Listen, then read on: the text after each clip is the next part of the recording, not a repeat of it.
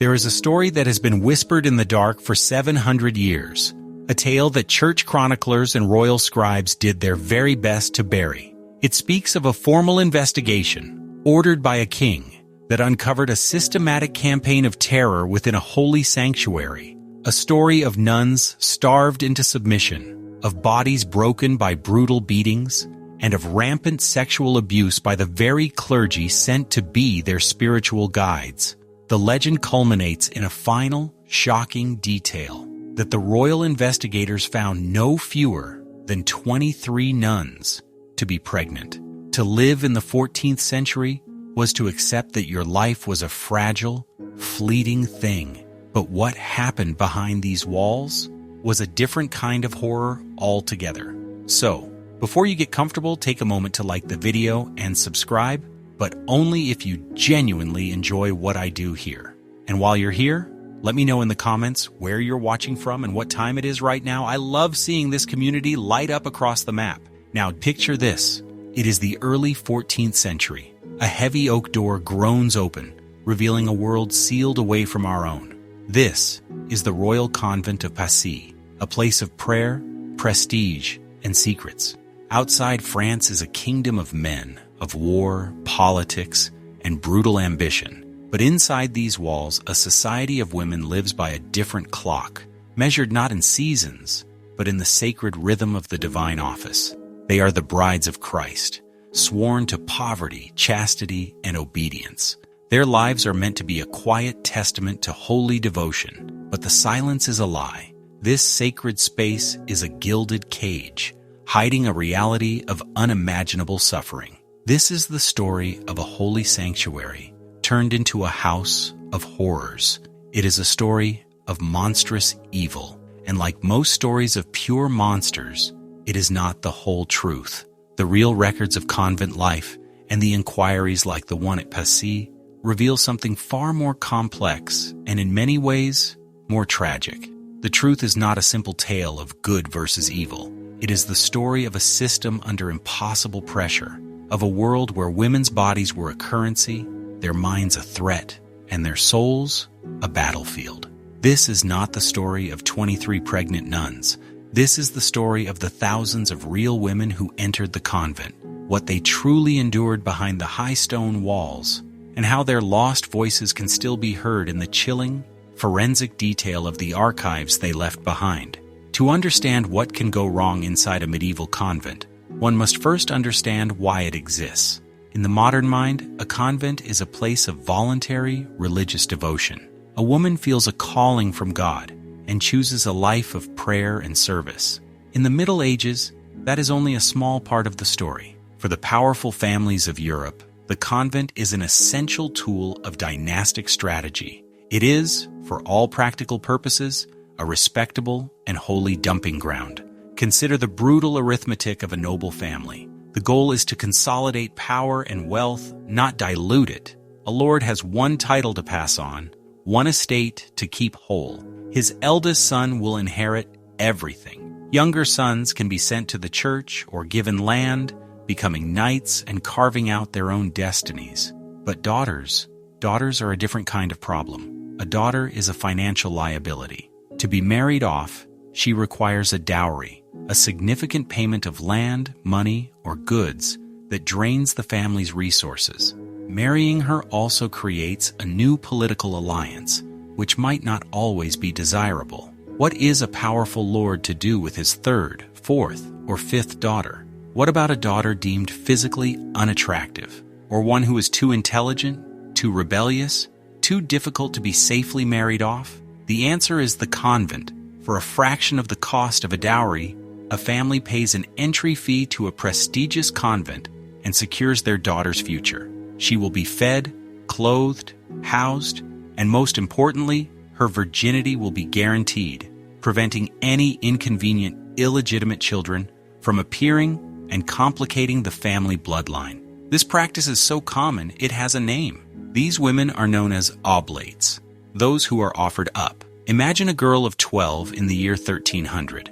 She is the fourth daughter of a minor baron. She has spent her life in a drafty castle, but she has known a measure of freedom. She can ride, she can run, She can imagine a future where she might be the lady of her own household with a husband and children. One day her father informs her that God has chosen her for a special life. She is to become a bride of Christ.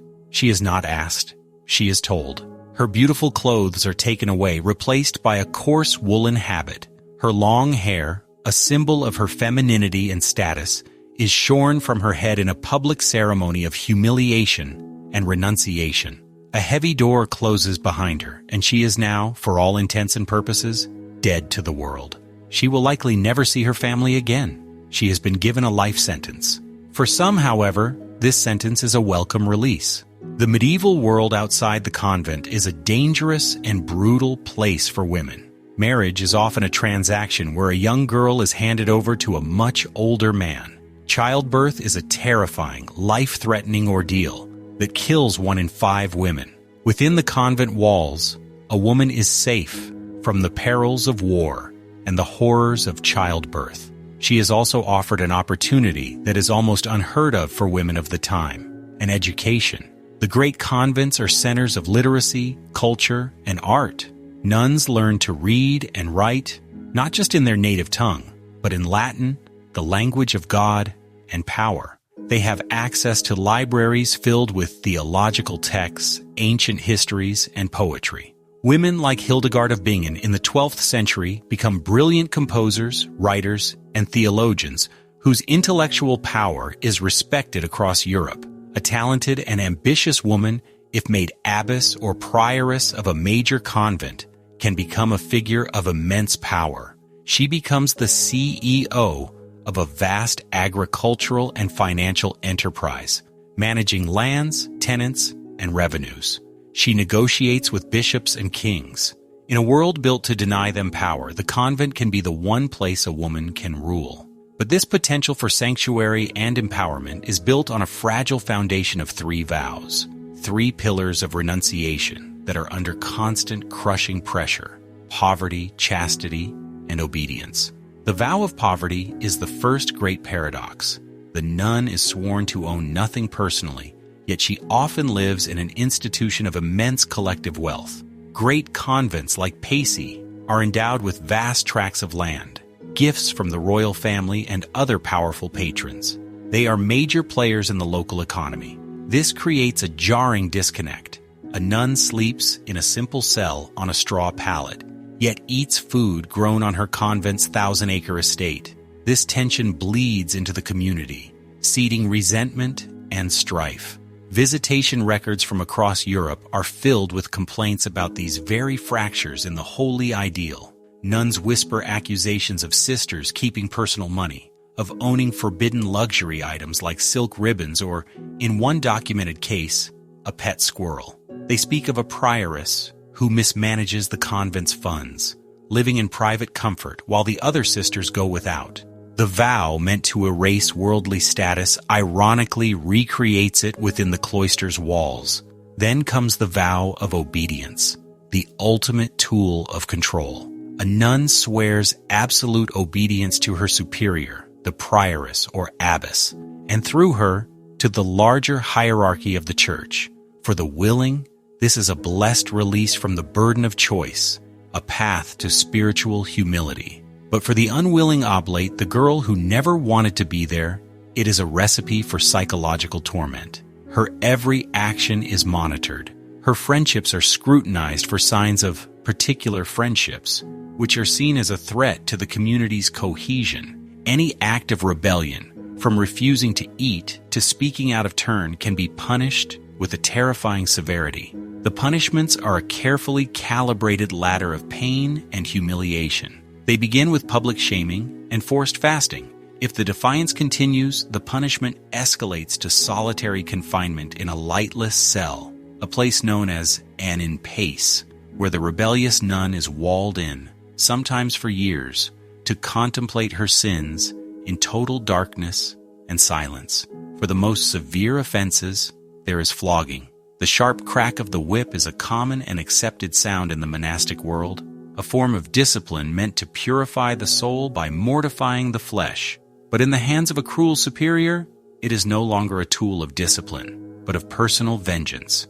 scholars can only speculate on the quiet terror that must have lived in the hearts of nuns ruled by such a woman, where a single misplaced word could lead to a brutal beating in the name of God.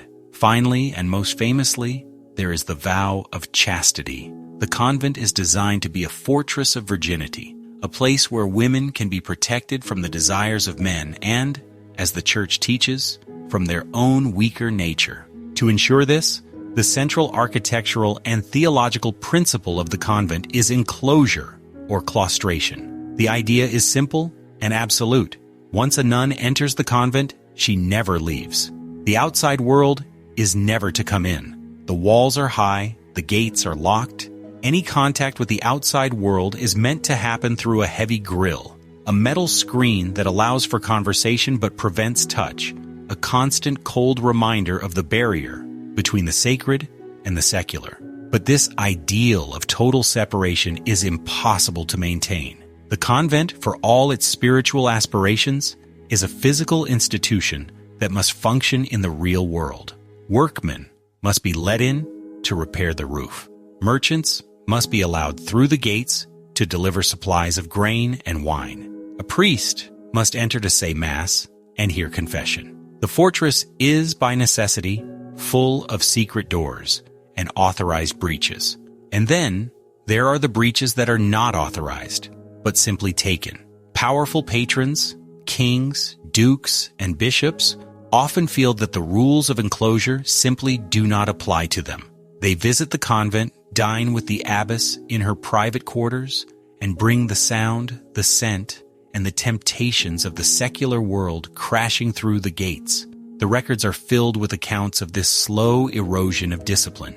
They tell of nuns sneaking out to visit family, or in some cases, to go to the local tavern. But the far greater danger comes not from the women getting out, but from the men who are allowed to get in. And no man holds more power, more intimacy, and more potential for terror inside the convent walls than the priest sent to be the keeper of the nuns' souls, the confessor.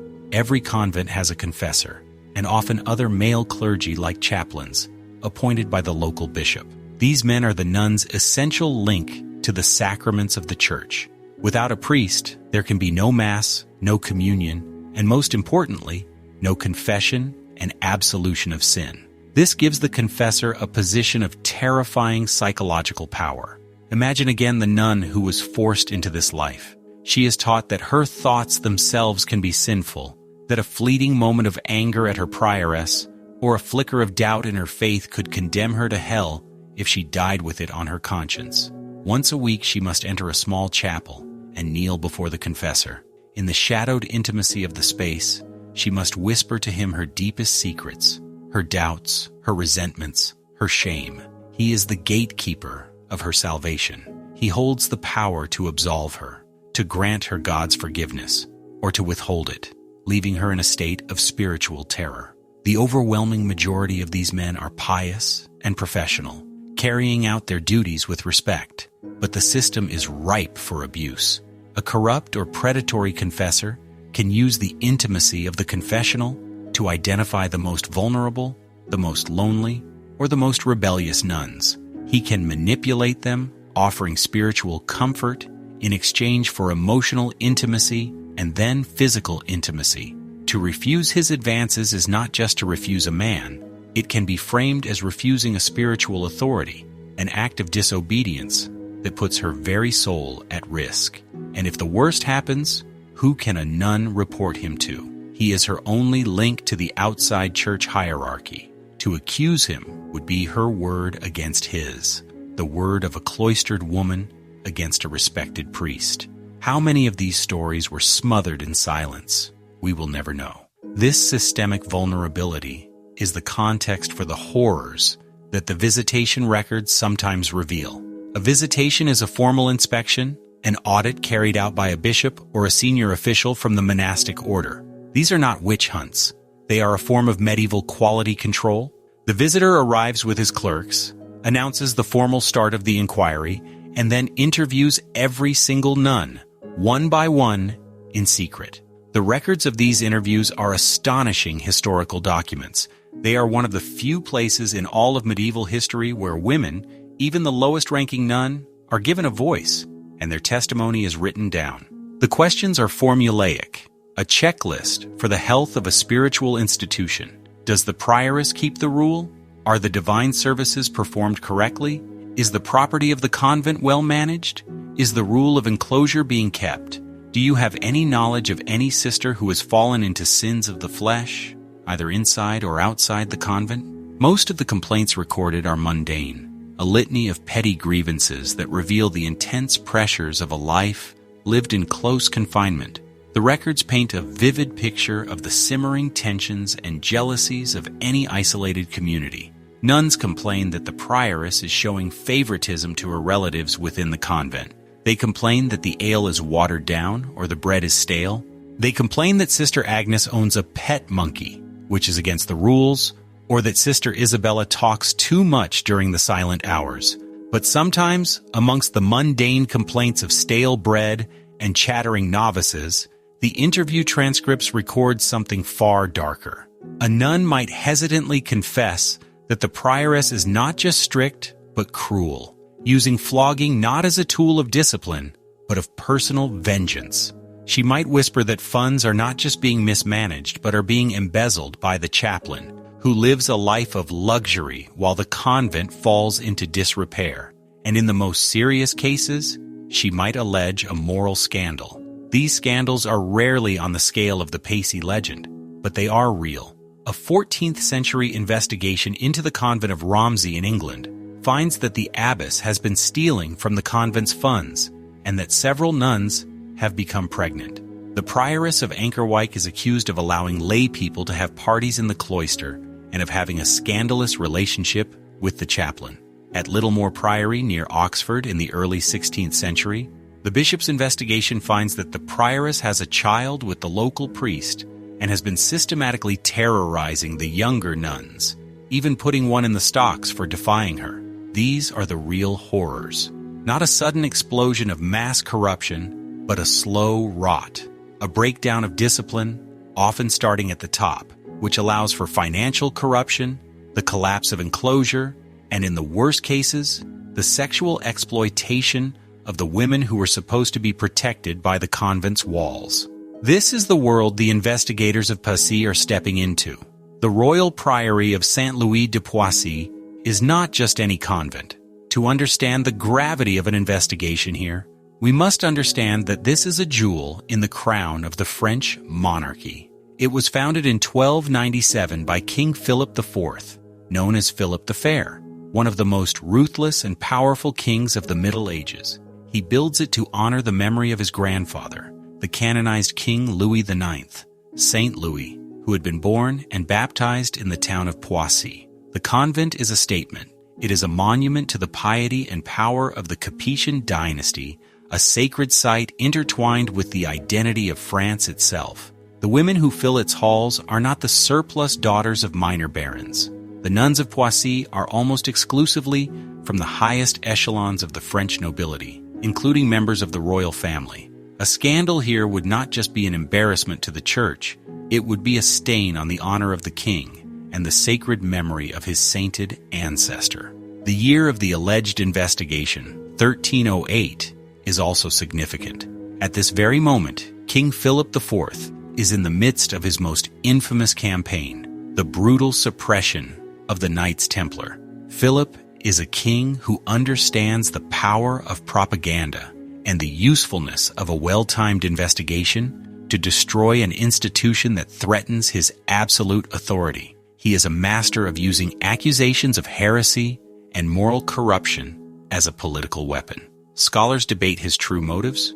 Was he a pious reformer or a deeply cynical tyrant? What is certain is that his goal is absolute control. Nothing, not even a prestigious convent of royal nuns, is beyond the reach of his scrutiny. Let us imagine the arrival of the king's investigators.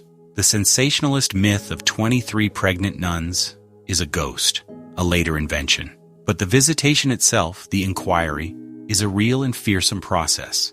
The men sent to conduct it are high-ranking officials of the Dominican order to which Poissy belongs.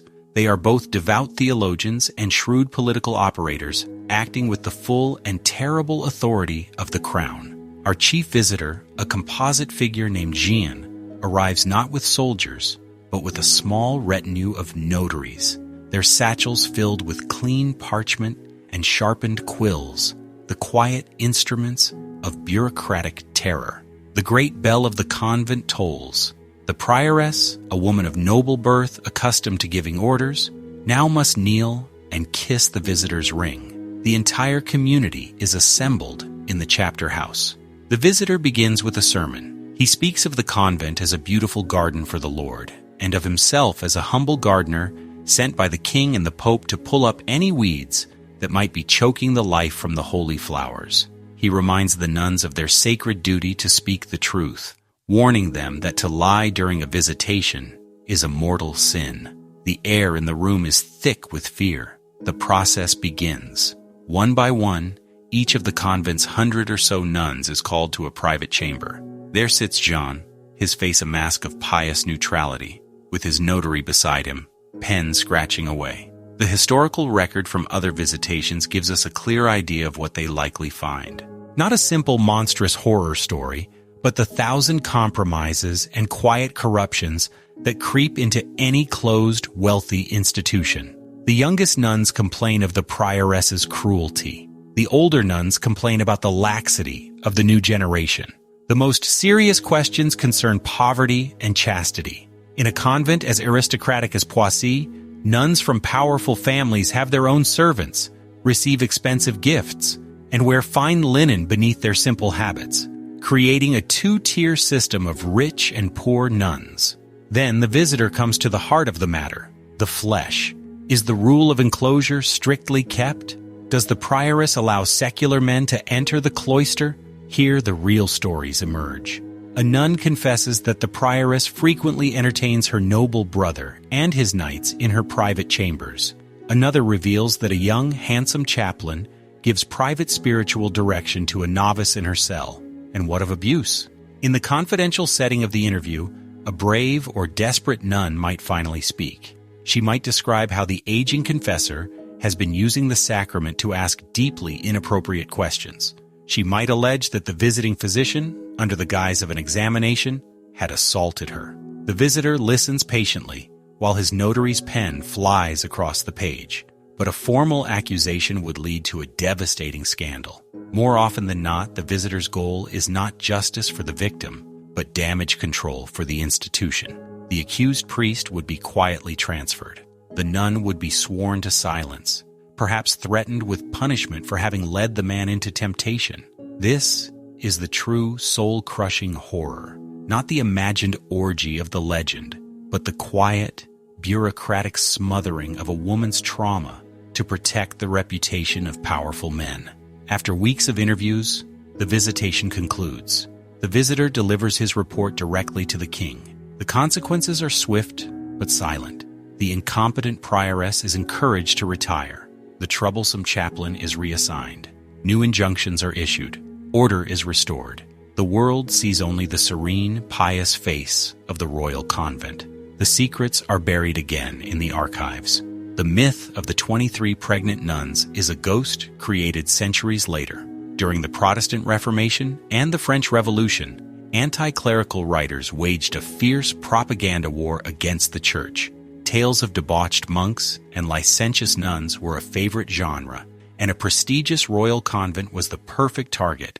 The legend has endured because it is a simple, powerful story. But the real tragedy is not so simple. The true horror of the medieval convent was the systemic, quiet tragedy of thousands of women's lives being determined for them. For every abbess who found power, countless others lived lives of quiet desperation, imprisoned not by monstrous evil, but by the cold logic of family ambition and patriarchal control. The real horror was not a single, violent scandal, but the slow, grinding erosion of the human spirit. And this is the ultimate value of the records left behind by the inquiry at Poissy and so many others like it. They are not lurid tales of sin. They are a deeply human archive. In the dry, legalistic Latin of the notary's quill, we can, if we listen carefully, still hear the voices of these long-dead women. We can hear the bitterness of the nun complaining of favoritism, the fear of the novice describing her confessor, the simple, defiant desire for a small piece of freedom in the nun who confesses to keeping a forbidden pet. These records are the closest we will ever get to breaching the convent walls. They are evidence of a rare moment when the silence was broken, when the women of the gilded cage were given the chance to speak their truth to power. Their individual stories have been lost, but their collective voice, a chorus of faith and frustration, of piety and petty grievance, remains, waiting to be heard in the quiet of the archives.